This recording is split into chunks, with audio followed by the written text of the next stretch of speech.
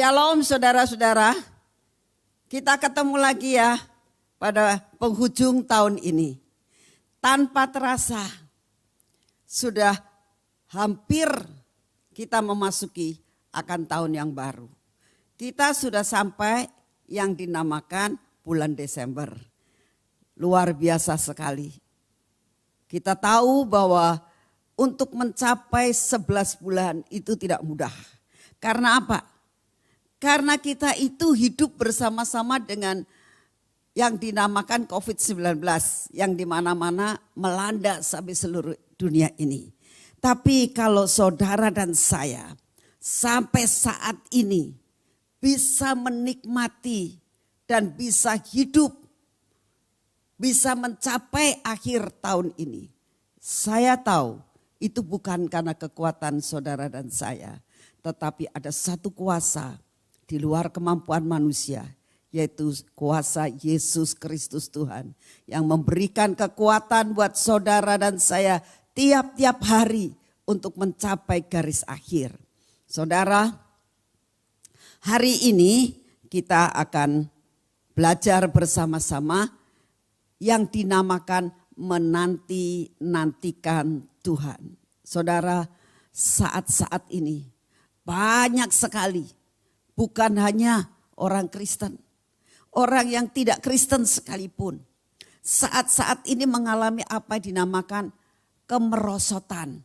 Ya, kemerosotan.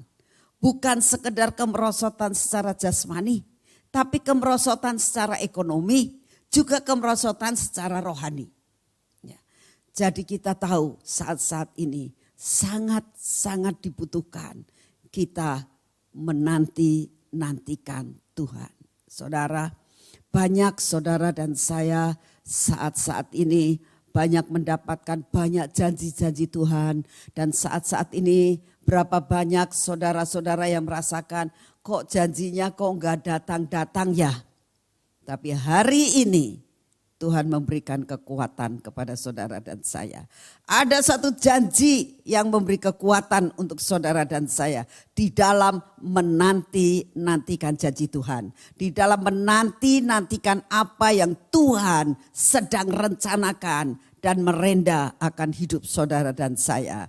Mari saudara, saya ajak untuk bersama-sama membaca di dalam Yesaya pasal yang ke-40 ayat yang ke-31. Yesaya 40 ayat 31. Firman Tuhan mengatakan begini. Tetapi ya, orang-orang termasuk saudara dan saya adalah orang yang diciptakan oleh Tuhan. Dikatakan tetapi orang-orang yang menanti-nantikan Tuhan. Jadi kalau saudara dan saya, apapun yang terjadi saat ini, melanda dunia apapun, melanda keluarga, melanda ekonomi, melanda akan kesehatan, melanda apapun. Tapi kata Tuhan, jikalau saudara dan saya termasuk orang yang menanti-nantikan Tuhan, akan mendapatkan apa? Kekuatan baru. Kekuatan baru dari mana? Sedangkan kita sudah dalam keadaan yang letih lesu dan berbeban berat. Dari Tuhan yang menciptakan langit dan bumi. Ya. Menanti-nantikan Tuhan akan mendapat kekuatan baru. Bukan hanya kekuatan baru dikatakan. Mereka seumpama Raja Wali yang naik terbang dengan kekuatan sayapnya. Mereka akan berlari dan tidak menjadi lesu. Mereka berjalan dan tidak menjadi lelah. Saudara, kalau saudara lihat di PowerPoint ini ada Raja Wali yang sedang terbang. Ya. Dikatakan kalau engkau menanti-nantikan akan apa yang Tuhan janjikan akan menjadi kenyataan dalam hidupmu. Dan kalau saat ini merasakan kok rasanya belum nyampe-nyampe ya. Saudara teringat seperti Raja Wali yang bisa terbang. Yang bisa menghadapi badai, menerjang badai dan terus terbang tinggi. Karena apa? Karena Tuhan akan memberi kekuatan. Ya. Dan kekuatan sayapnya itulah yang buat berjalan, menjalani hari demi hari, dan juga menjalani kehidupan ini, mengatasi badai apapun, tidak menjadi capek dan tidak menjadi lesu. Syaratnya, kuncinya apa? Menanti-nantikan Tuhan. Nah, sekarang kita belajar. Jadi menanti-nantikan Tuhan itu prakteknya bagaimana sih? Bagaimana kita itu harus berpraktek yang dinamakan menanti-nantikan Tuhan. Saudara, banyak sekali anak-anak Tuhan yang bisa teori tidak bisa praktek.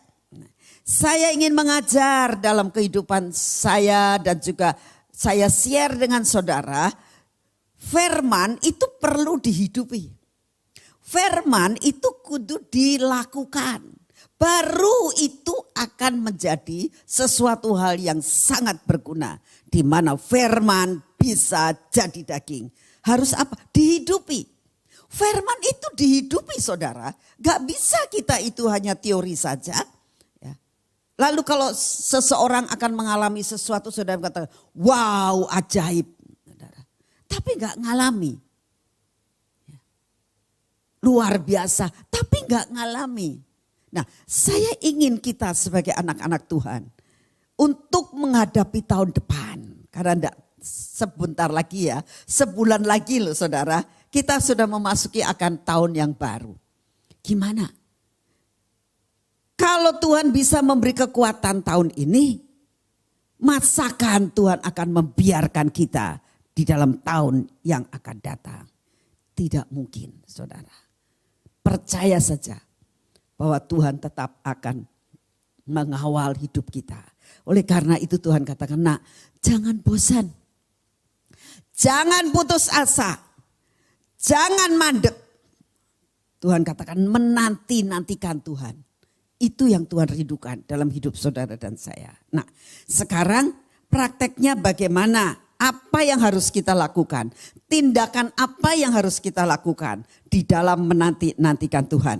Ya. Yang pertama, ada 3 poin yang kita pelajari hari ini. Dikatakan begini, harus mempunyai hati yang teguh dan kuat. Saudara, bukannya sekedar tubuh kita yang kuat ya, dan teguh berdiri tegak. Tapi yang Tuhan mau apa? Hatinya kita nih. Hatinya harus teguh dan kuat. Bukankah hati ini sering rapuh dalam hidup saudara dan saya. Dengar berita goyah. Ya. Lagi mengalami sesuatu menjadi goyah. Ya. Tapi hari ini katakan, nak, jikalau engkau menanti-nantikan aku, artinya buat hatimu teguh. Buat hatimu teguh. Buat hatimu kuat. Bagaimana caranya? Hari ini kita baca bersama-sama. Mazmur 27 ayat yang ke-14. Firman Tuhan mengatakan begini. Nantikan Tuhan. Kuatkan dan teguhkan hatimu. Ya, nantikan Tuhan. Jadi saudara, hati ini tidak bisa kuat sendiri. Tidak bisa teguh sendiri. Jadi harus dikuatkan, diteguhkan. Itu seperti begini. Saya sekarang membawa mic ini ya. Yang namanya dikuatkan, saya akan patok itu. Ya, saya akan tanam ini. Dan tidak akan goyah. Dan tidak akan jatuh. Itu namanya teguh. Kita usahakan. Nah, bagaimana sih caranya? Supaya kita itu mengusahakan. Ya. Bagaimana caranya? Coba kita baca pengalaman daripada Daud. Kita baca bersama-sama. Di dalam 1 Samuel 30 ayat yang ke-6. Saudara, pada waktu itu Daud sedang membantu sebetulnya orang Filistin. Karena orang Filistin ini sedang menghadapi akan Saul. Menghadapi akan bangsa Israel saat itu lagi perang.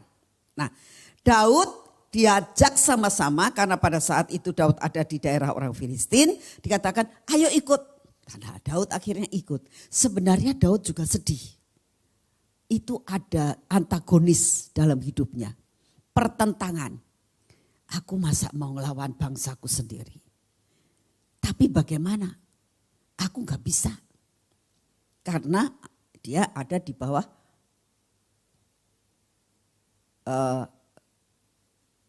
wilayah daripada orang Filistin. Tapi Tuhan punya 1001 jalan, saudara. 1001 cara yang luar biasa. Di mana Daud akhirnya tidak disukai dengan orang Filistin. Orang Filistin, apa kamunya Daud, kamu suruh bantu kita? Tidak, suruh pulang saja. Wah, akhirnya dia suruh pulang. Ini ceritanya. Daud bersama dengan tentara-tentaranya kembali ke Siklak. Pada saat itu dia tinggal di Siklak. Tapi apa yang terjadi? Saat dia sampai dekat Siklak, dia lihat kok ada asap ya. Ternyata dibakar, saudara. Dan waktu mereka masuk, semua habis.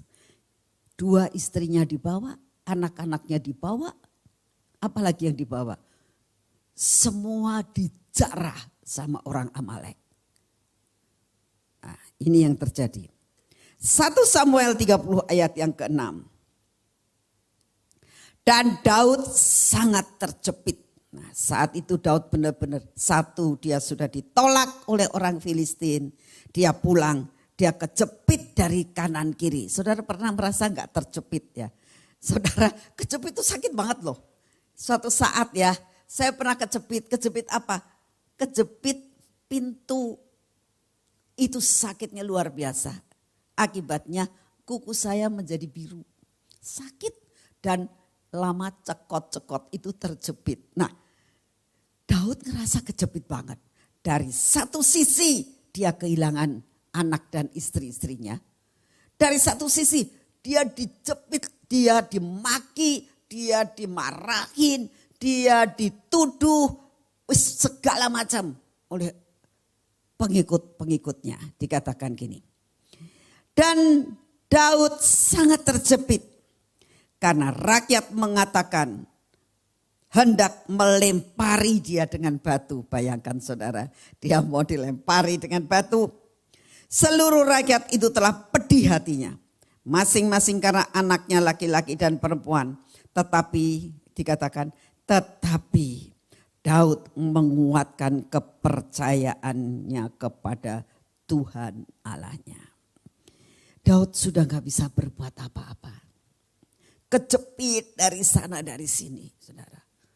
Saat sudah tidak ada pengharapan. Tapi Daud katakan, Tuhan, aku menanti-nantikan kau. Aku tidak mau jatuh di dalam perkara-perkara yang seperti ini. Tolong aku Tuhan. Lalu dia minta, bawa efod ke sini. Aku mau bertanya kepada Tuhan. Aku mau menantikan apa yang Tuhan mau. Dia tidak buru-buru saudara.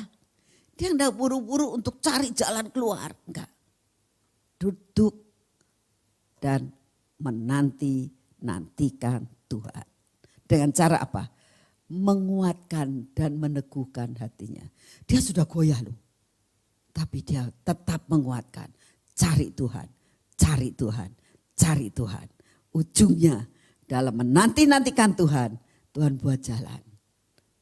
Kalau saudara lihat cerita akhirnya, semuanya kembali. Semua kembali. Bahkan dia mengalami jarahan yang luar biasa.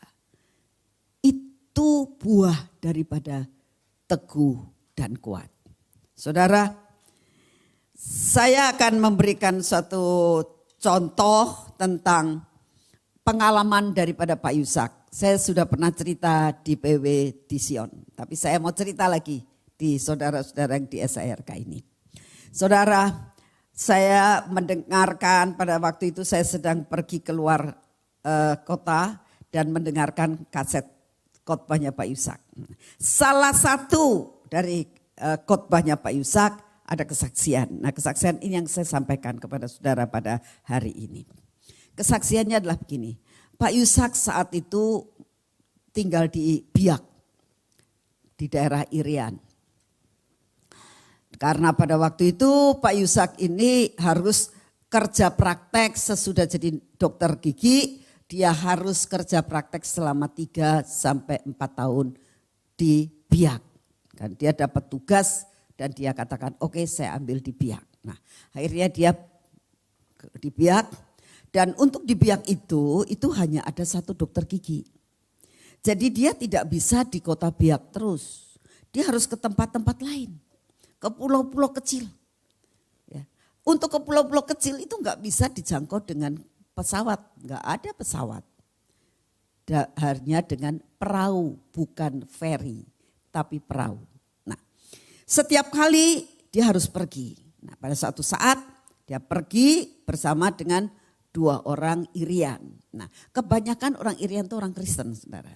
Jadi awak kapal ini bantu Pak Yusak untuk membawa Pak Yusak sampai ke pulau itu, menunggu Pak Yusak praktek, melakukan segala tugasnya beberapa hari, terus balik lagi. Nah, singkat cerita, mereka berangkat. Badai terjadi. Ya. Badai terjadi, hujan keras saudara. Wah sudah mulai dibuangin semuanya air-air yang masuk ya. Masuk lagi dibuang lagi, masuk lagi dibuang lagi. Ini namanya usaha. Ya.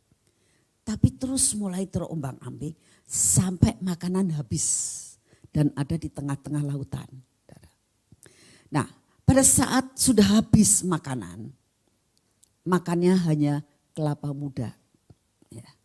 Terus makan kelapa muda terus. Tapi kelapa muda itu kekuatan yang luar biasa ya. Lama-lama awak kapal itu capek. Buangin air dari perahu, capek banget. Selain capek, dia ketakutan. Karena apa? Dia lihat kanan, kiri, depan, belakang. Itu semuanya laut. Gak sedikit pun ada titik pulau yang mau dituju. Itulah sebabnya dia mengatakan begini, dokter, kita ini mati loh, gak ada harapan. Sebab 2 awak kapal ini, awak perahu ini, dia adalah orang yang sebenarnya canggih di dalam mengendalikan akan perahu. Tapi sudah angkat tangan, hatinya sudah tidak ada harapan. Dia ketakutan luar biasa, satu-satunya jalan. Dia ngomong sama Pak Yusak, dia katakan, dokter, kita mati dokter. Pak Yusak dengan santainya mengatakan, kenapa kamu takut mati? Iya, aku masih punya istri, punya anak. Aku juga, kata Pak Yusak. Kenapa sih Pak dokter kok tenang-tenang aja? Aku takut. Nih ya, kamu percaya Yesus? Ya percaya. Pemikiran daripada 2 awak kapal itu pasti katakan, Tuhan Yesus tolong. Enggak, tapi Pak Isa katakan, enggak apa-apa. Yang penting kamu percaya Yesus, mati masuk surga. Dia melongo. Sebetulnya enggak begitu yang pengen jawabannya. Dia tidak ingin Pak Yusak menjawab seperti itu. Tapi Pak Yusak jawabnya gitu, enggak usah takut. Kalau mati masuk surga, bareng-bareng kita pulang ke surga, enggak usah takut. Mereka jadi dikuatkan. Tapi dari sebelah sisi, ini dokter kayak apa ya? Namanya dokter tapi kok jawabannya gak memberi kekuatan buat dirinya. Ya. Lama-lama dia berusaha lagi. Keluarkan lagi airnya, masuk lagi, dikeluarkan lagi. Akhirnya Pak Ishak ngomong, sudah, sekarang kan sudah malam. Kamu gak kelihatan apa-apa. Sudah, biarin aja. Kapal ini mau kemana? Biarin, gak usah diapa-apain. Toh kita gak bisa berbuat apa-apa. Nyerah saja. Jadi gimana dokter? Tidur. Kita gak usaha nanti airnya masuk. Ya sudah kamu airnya masuk, ya kamu keluarin ya airnya masuk lagi. Sudahlah, tidur aja. Dengan santainya. Kata Pak Yusak mengatakan begini. Kamu tidur. percayakan hidupmu kepada Tuhan. Tuhan masih punya rencana atas hidupmu. Pasti ada pertolongan. Pasti ada pertolongan. Nah, itu dipegang sama awak kapal ini. Pasti ada pertolongan. Pasti ada pertolongan. Dia seolah-olah deklarasi, diomong berkali-kali. Pasti ada pertolongan. Kata Pak Ishak, sudah kamu ngomong lagi. Pasti ada pertolongan, pasti ada pertolongan. Sambil tidur, sampai kamu tidur. Kata Pak Ishak, dilakukan. Pasti ada pertolongan, pasti ada pertolongan. Akhirnya tidur semuanya saudara, termasuk Pak Ishak. Pagi-pagi kira-kira 4:30 Pak Ishak bangun. Itu sudah bangun tukang perahunya. Ini jam berapa kata Pak Ishak? 4:30 Dok. Udah terang ya? Iya. Kok enggak hujan ya? Enggak Dok. Sudah terang ya? Iya. Enggak mati toh kamu? Dia ketawa, enggak Dok. Terus akhirnya ya sudah kita mulai kerja lagi katanya. Tiba-tiba mengatakan, Dok, kayaknya ini kita tuh sudah ada di pantai loh. Ah, yang benar. Iya, tuh di situ tuh pantai. Dia bilang, betul saudara. Tuhan bawa perahu itu sampai ke pantai.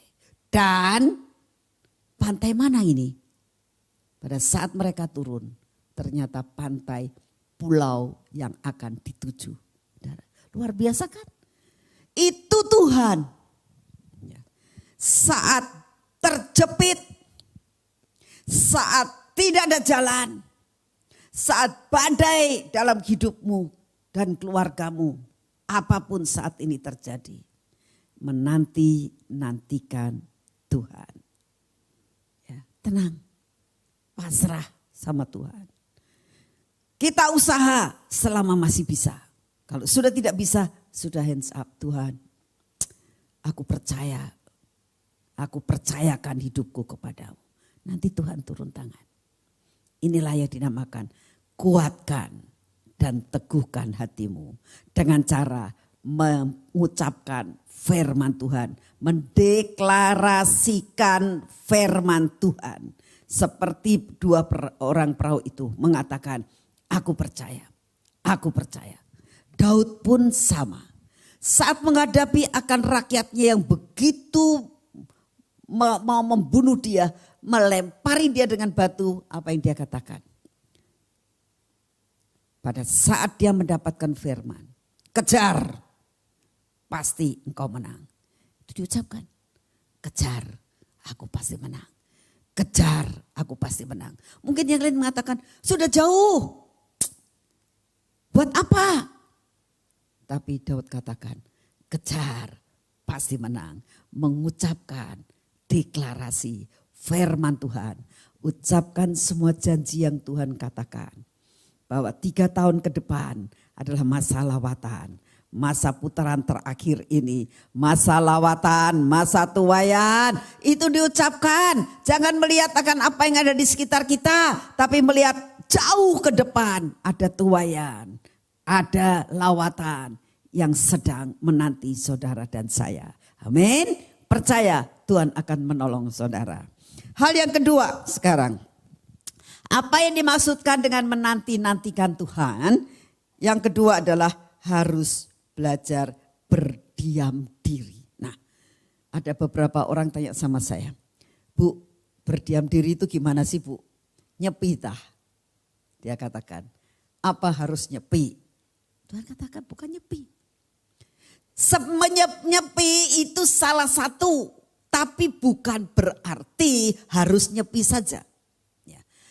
Arti berdiam diri. Kita akan baca sama-sama di dalam Mazmur 37 ayat 7. Berdiam dirilah di hadapan Tuhan dan nantikanlah dia. Nah, ini dalam Mazmur dikatakan harus berdiam diri. Jadi bagaimana sih arti berdiam diri? Saya akan memberikan satu gambaran. Ya, arti berdiam diri adalah begini. Putus connect dengan sekitar kita. Nyambung connect hanya dengan Tuhan. Ini namanya berdiam diri. Bukan berarti tidak boleh kerja. Kita kerja. Ya. Kita lakukan kegiatan kita. Tapi fokusnya, connect-nya hanya sama Tuhan. Tidak connect dengan sekitarnya yang membuat noise itu masuk dalam hidup kita. Yang membuat kita menjadi jatuh. Ya. Itu yang Tuhan mau dalam hidup saudara dan saya sebagai anak-anak Tuhan. Itu artinya menanti-nantikan Tuhan. Contohnya siapa? Contohnya begini saudara. Saat saya dalam pengasingan, ya, Tuhan katakan putus connect-mu dengan sekitarmu. Ya. Sambung saluran koneksimu hanya dengan aku.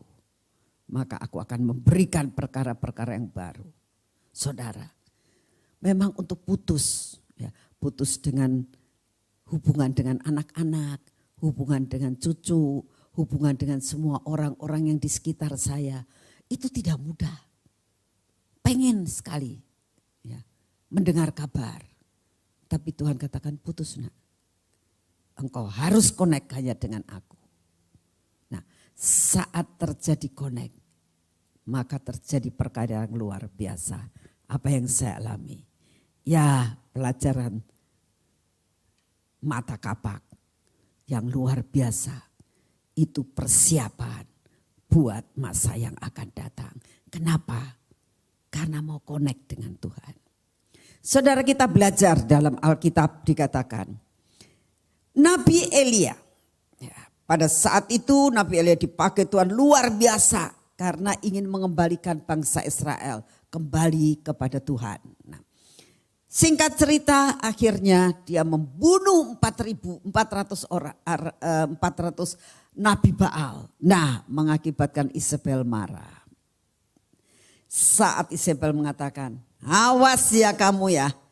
Kamu membunuh 400 nabi-nabiku, kamu tak kejar, mau tak bunuh. Noise. Kabar ini membuat dia ketakutan yang luar biasa.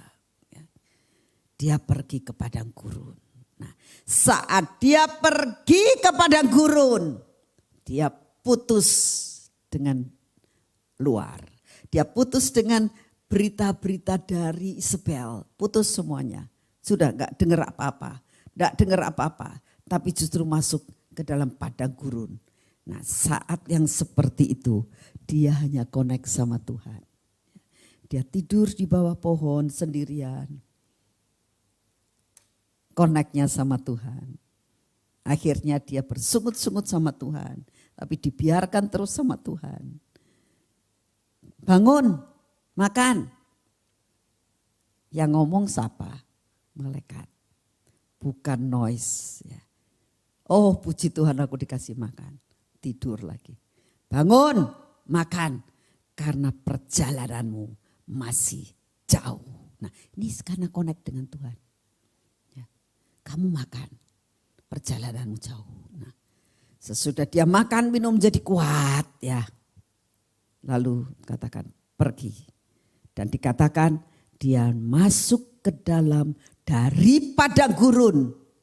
Dari masa-masa kesesakan yang dia alami. Dia naik ke Gunung Horeb. Dan dia naik dan naik dan naik. Dan pada saat dia naik di atas gunung itu, dia ketemu Tuhan. Saudara, saya percaya itu namanya berdiam diri. Contoh yang jelas artinya berdiam diri, putus dengan segala sesuatu yang membuat kejatuhan-kejatuhan dalam hidup. Tutup telinga kita dan buka telinga kita hanya dengan firman Tuhan.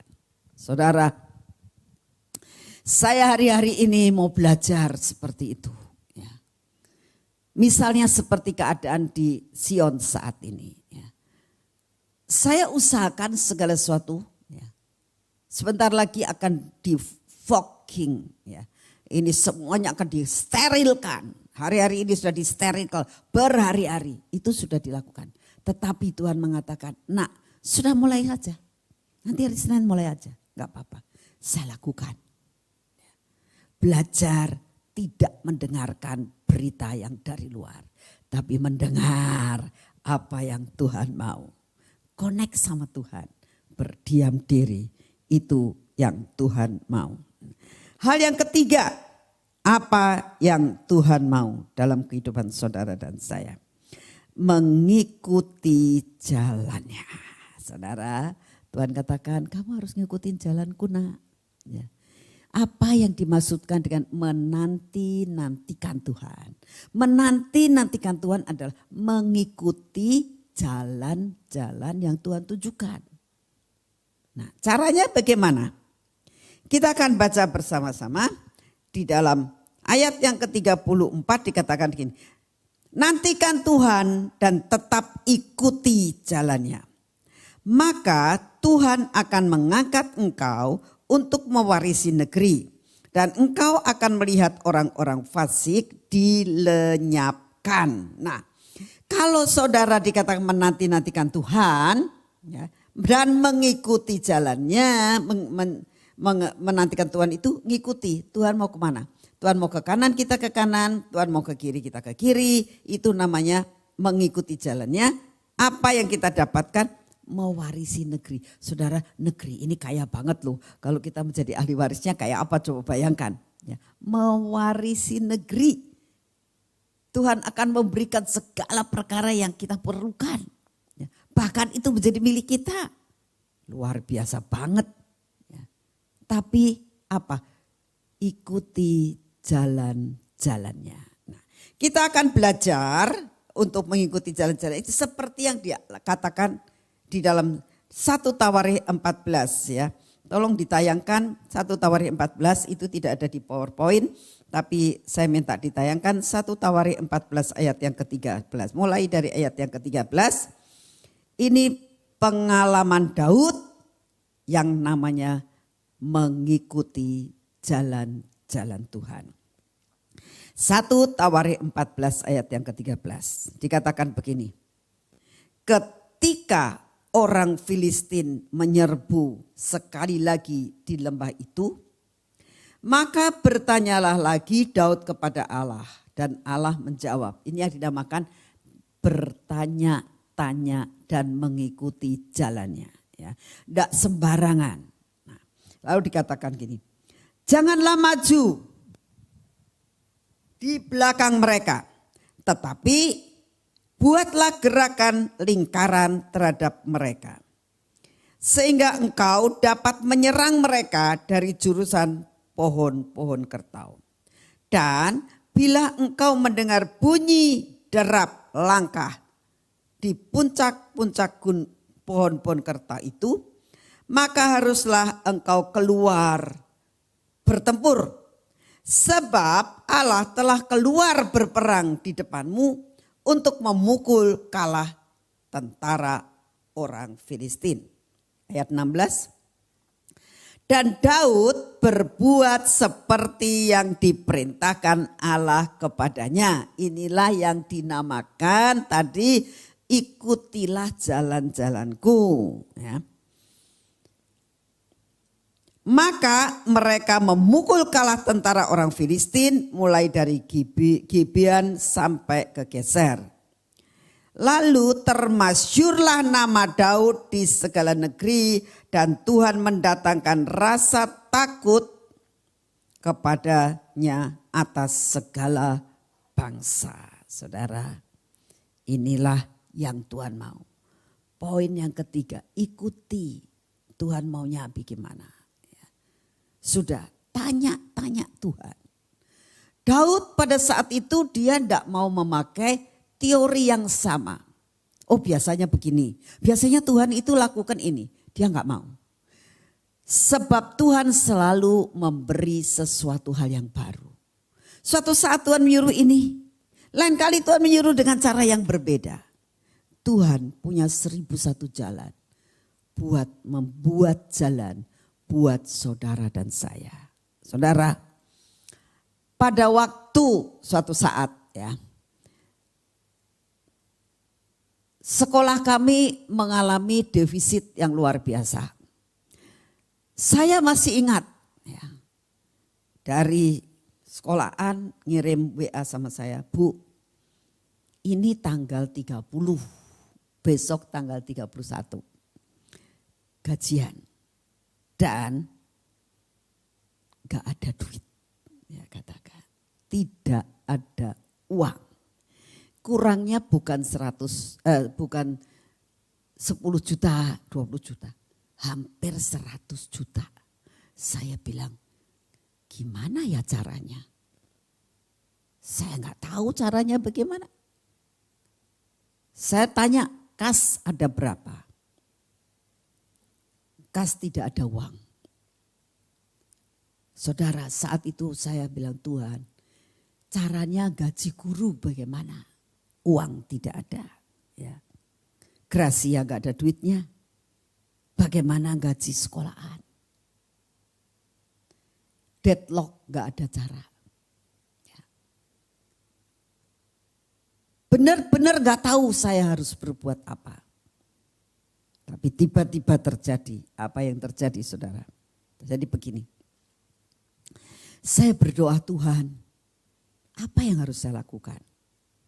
Buat lelang, kata Tuhan, lelang. Sing dilelang apa? Saya teringat pada saat itu karena pas libur, si Kayla ini membuat tempat tisu. Ya. Tempat tisunya sangat sederhana tapi bagus. Pada saat dia buat, saya bilang, Non, ternyata kamu punya kreasi yang luar biasa. Bagus banget. Tuhan katakan, itu kamu lelang. Dilelang Tuhan. Ya dapat uang berapa? Butuhnya 100 juta. Ya. Sudah kamu nurut sama saya. Amin Tuhan. Ini jalanmu. Dan aku mengikuti jalan-jalanmu. Saudara, singkat cerita. Saya lelang. Saya bilang, saudara tahu ini tisu? Saya bilang gitu, tempat tisu bagus kan? Bagus. Tak lelang sekarang. Tak lelang ya. Mulai dari 1 juta. Ya. Nanti akan dipotong karena biayanya itu hanya 27.500. Ya. Modalnya cuma 27.500. Tapi saya bilang tak lelang, siapa yang mau membeli barang ini mulai dari 1 juta. Saya bilang. Saudara tahu, waktu masuk nanti yang tertinggi itulah yang kena. Semua yang masuk ada 1 juta, 2 juta, 3 juta, 4 juta, 5 juta, 6 juta, 10 juta. Banyak sekali yang 10 juta saudara. Ada yang 15 juta sampai ada yang 20 juta saudara. Sudah pol. Ya. Saya bilang ini gak ada lagi, yang paling tinggi 20 juta. Wah yang 10 juta ngomong, aku kalah. Tak kirain aku yang paling menang katanya gitu. Ya. Tapi ternyata kalah. Yang menang 20 juta saudara. Saya bilang yang dapat adalah yang 20 juta. Saya bilang gitu ya. Tapi ini lelang bukan lelang biasa loh. Saya bilang lelang mempersembahkan yang terbaik buat Tuhan. Jadi kalau kamu sudah ngomong aku lelang 5 juta. Kamu harus bayar 5 juta sekalipun tidak dapat barangnya. Siap. Semua pada mau saudara. Semuanya saya bilang hari ini harus transfer. Ya, hari ini harus transfer. Karena apa? Mau buat bayar gaji guru. Saudara tahu enggak? Sesudah dikumpulkan dapat uang berapa? 120 juta. Itu Tuhan. Ya. Jalan Tuhan bukan jalan manusia. Saya sampai nangis, saya bilang Tuhan, Tuhan mengikuti jalanmu itu pasti enak. Ya. Gak pernah kepikir masa tempat tisu yang modalnya cuma 27.500 dibikin sama anak kecil lagi. Engkau kasih nilai 120 juta. Bisa buat gaji guru hari itu juga. Saudara, ini cara Tuhan. Cara Tuhan. Itu kalau Tuhan gak gerakan hati mereka, mana mau sih? Gak akan bisa. Tapi kalau sudah Tuhan yang bekerja, luar biasa. Nah, yang kedua, ya, suatu saat Tuhan ngomong, nak ini suara Gracia kok selalu defisit. Kamu bikin buku. Buku babat habis kamu buat. Ya Tuhan, akhirnya singkat cerita dibuat. Ya. Dibuat, saya bilang Tuhan ini dijual berapa? Modalnya berapa? Tuhan bilang, saya bilang modalnya 20.000, jual 30. Saya bilang ini murah, 4 buku 30.000. Ya. Saya tanya Tuhan, ini mau dibikin berapa? 1.000. 1.000. Masing-masing 1.000 Tuhan. Iya. Banyak teman. Biasanya buku saya itu paling pol 500. Ini suruh bikin 1.000. Saya nurut aja. Dan saudara tahu. Laris manis. Ya, uangnya bisa masuk untuk biaya daripada Suara Gracia. Cara Tuhan beda. Untuk nolong Suara Gracia, nak caranya begini, jual buku. Untuk nolong sekolahan, bikin lelang ya. Beda.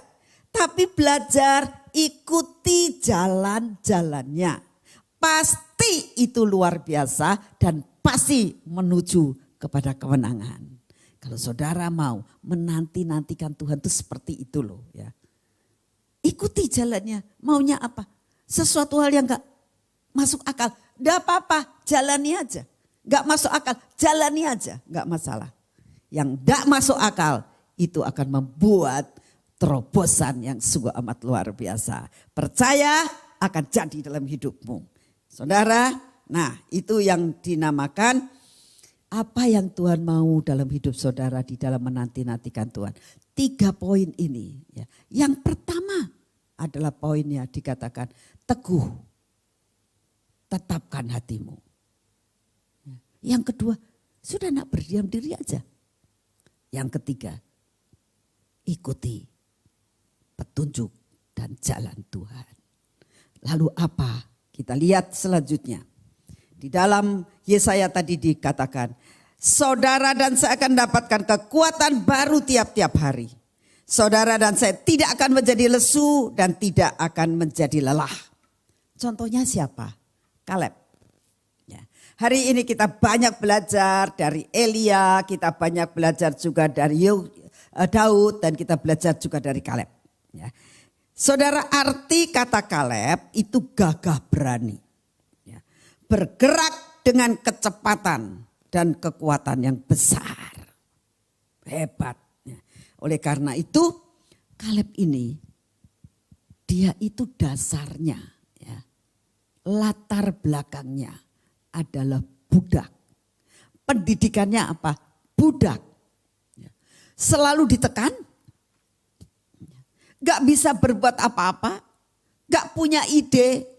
Idenya ditekan lagi. Kerjanya apa? Bikin batu bata.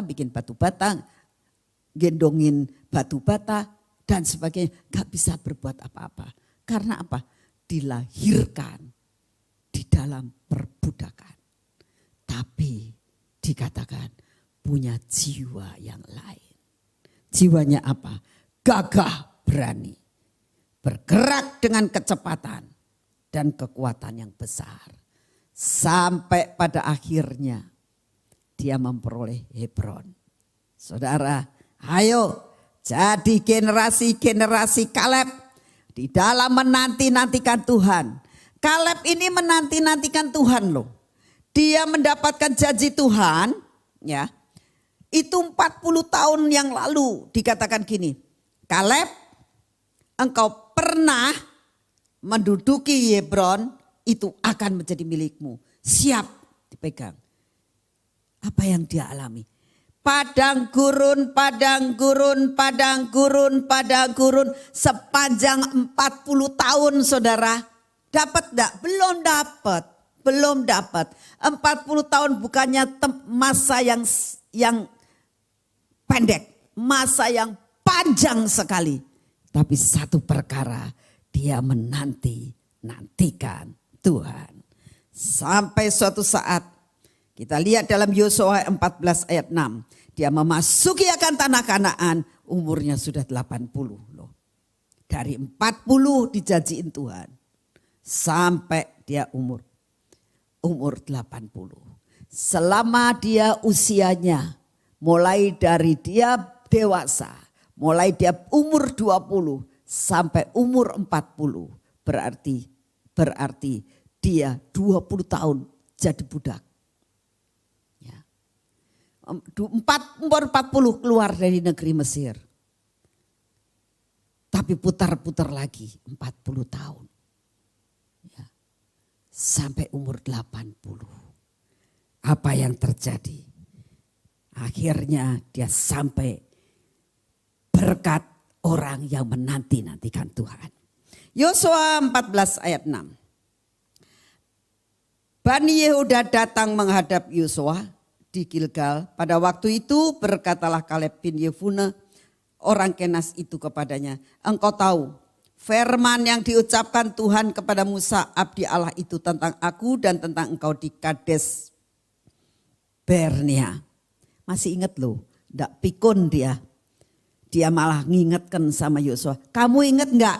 Janjinya aku kamu ingat enggak? Nah, berapa banyak saudara dan saya ini kalau dapat janji Tuhan lupa. Enggak ingat. Enggak pernah mengingat akan janji Tuhan. Janji Tuhan harus diingat dan diperkatakan. Maka akan menjadi daging dalam hidupmu. Nah, dia katakan.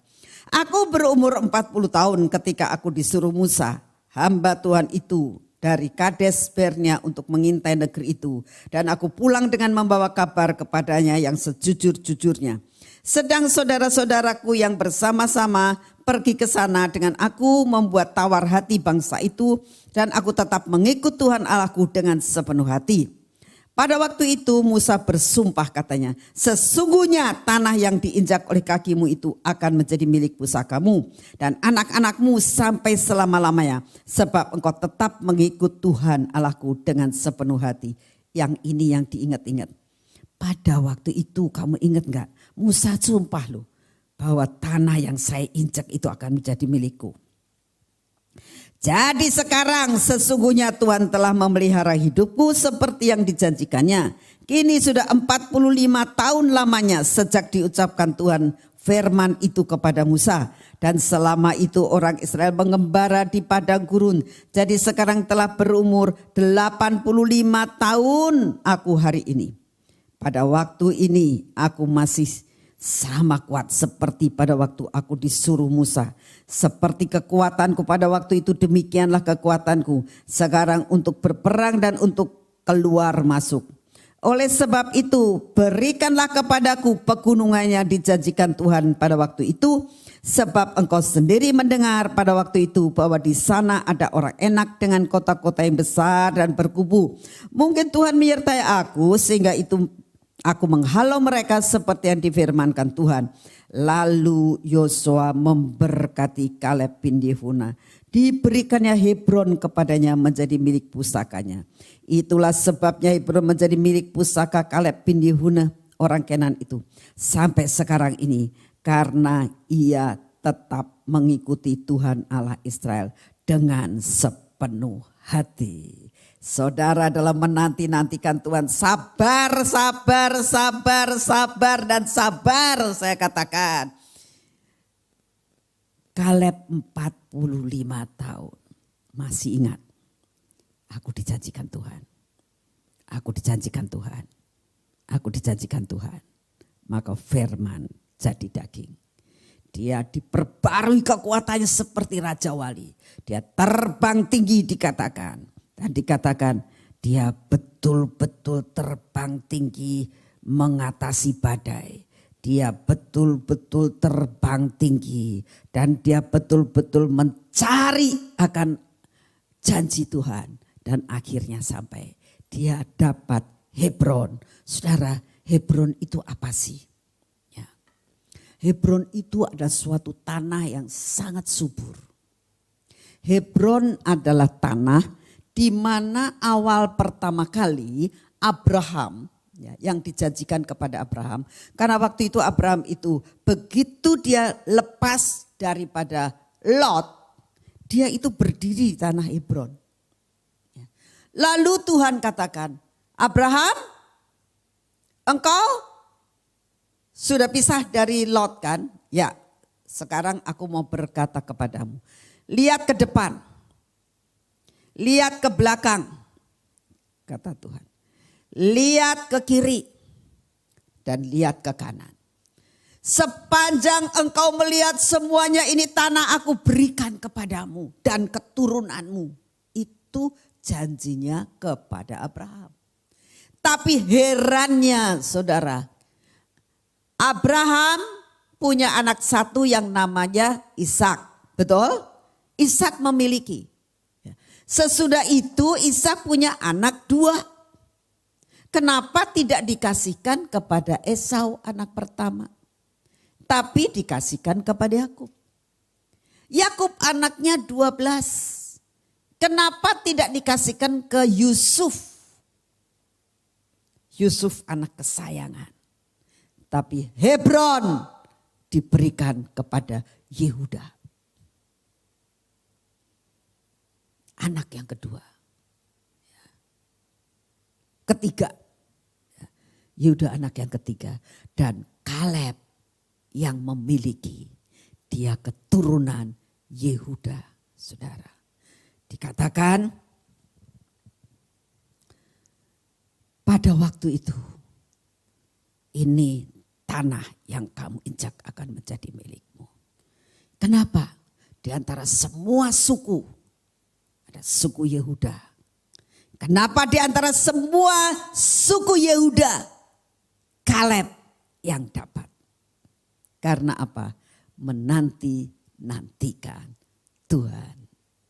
Kita akan baca sama-sama. Kejadian 13 ayat 14. Setelah Lot berpisah daripada Abraham, berfirmanlah Tuhan kepada Abraham, pandanglah sekelilingmu dan lihatlah dari tempat engkau berdiri itu ke timur dan ke barat, utara dan selatan. Sebab seluruh negeri yang kau lihat itu akan kuberikan kepadamu dan kepada keturunanmu untuk selama-lamanya. Saudara, luar biasa enggak? Yang dapat adalah Kaleb. Karena dia menanti-nantikan Tuhan. Saya berdoa saudara, biar firman ini sebagai dasar untuk kita menghadapi tahun depan. Tidak usah takut apa yang bakal terjadi tahun depan. Kita memang belum tahu apa yang bakal terjadi. Tetapi ada janji Tuhan di dalam Yesaya tadi. Orang yang menanti-nantikan Tuhan, dia akan diberi kekuatan baru seperti Kaleb. Sampai mencapai Hebron dan lahirlah yang dinamakan generasi-generasi Kaleb. Mari kita berdoa. Bapa, kami mengucap syukur untuk firman-Mu pada malam hari ini Tuhan. Kami percaya Engkau di tengah-tengah kami. Kami percaya Tuhan bahwa Engkau ada di dalam kami. Terima kasih Bapak untuk firman-Mu pada hari ini Tuhan. Kami datang saat ini, setiap telinga yang mendengar, biarlah Kau beri kekuatan baru kepada kami. Seperti Raja Wali yang terbang tinggi. Karena kami semua akan menanti-nantikan. Kami tidak tahu Tuhan apa yang bakal terjadi. Tapi satu perkara kami tahu. Bahwa Engkau akan memberikan kekuatan baru. Kami akan menghidupi firman-Mu. Kami menghidupi akan janji-Mu. Maka kami tahu firman jadi daging. Terima kasih untuk anugerah-Mu Bapa. Segala puji, hormat dan syukur kami naikkan di hadapan-Mu. Di dalam nama Tuhan Yesus. Amin. Selamat malam, Tuhan memberkati saudara semuanya.